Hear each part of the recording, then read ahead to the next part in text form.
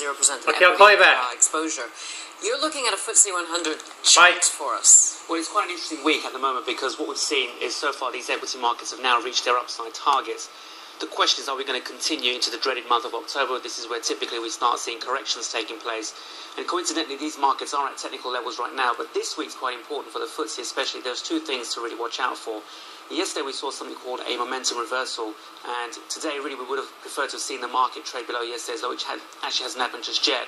But if the market closes below 58.30 by Friday's close, that could potentially trigger off at least a short-term sell-off into next week, because what we're now seeing right across a lot of these equity markets is we're seeing intraday highs coming in, but they're just not able to sustain these highs by the end of the close.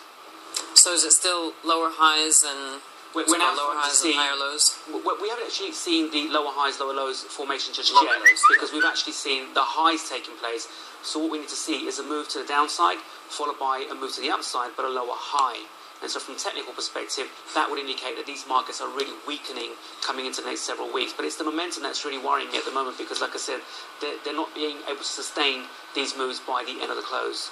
Let's just talk about the Dow as well, and just cover stateside equity outlook too. Sure.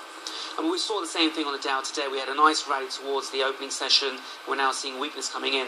The Dow, the key levels to watch for is 13,550. There was a potential for these markets to reach up towards the 13,700. I thought the acceleration would actually happen.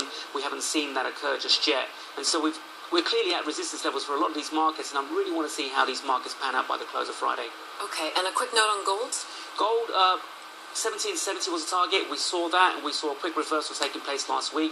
This week we saw a break of last week's low, so I'm expecting a short-term pullback around about 1650 to 1680, but I'm on the intermediate term bullish on gold. Excellent. Sandy, thank you very much. Sandy Jadeja.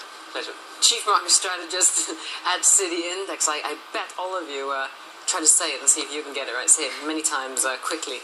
You'll have the whole city saying it. Moving on, the Middle East.